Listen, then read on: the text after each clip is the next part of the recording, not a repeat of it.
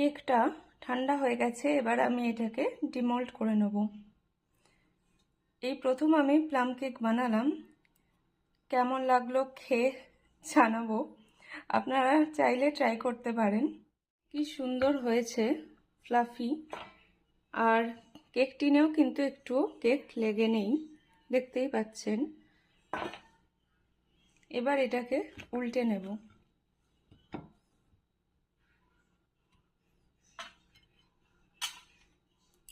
কেমন লাগলো অবশ্যই জানাবেন। ভালো লাগলে আমার চ্যানেলটা ক্রাফটেরিয়া বাই সুমনাকে সাবস্ক্রাইব করার আর ভিডিওটা লাইক করার অনুরোধ রইল। খেয়ে দেখলাম বেশ ভালোই হয়েছে, আর দেখুন জালি জালি কতটা সফট হয়েছে। আপনারা চাইলে অবশ্যই বানাতে পারেন। আচ্ছা, দেখা হচ্ছে তাহলে পরের কোনো ভিডিওতে। আজ টাটা।